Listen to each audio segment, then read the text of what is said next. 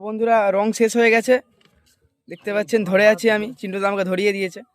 এই তো এতে রং ভরা হবে, এই কাপড় দিয়ে ছাঁকতে হবে রংটা বলছে চিন্টুদা। আমরা তো জানি না, এই প্রথমবার আমি এসেছি রং দেখতে, মানে রং রং করছে, এই ছাঁকছে রং, দেখুন।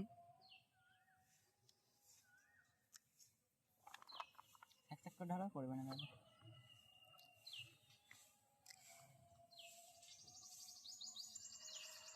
ঢালা লাগবে না। তো রং ঢালা হয়ে গেছে, তো আবার লাগানো হবে মেশিনে, লাগিয়ে দিয়ে আবার রং করা হবে।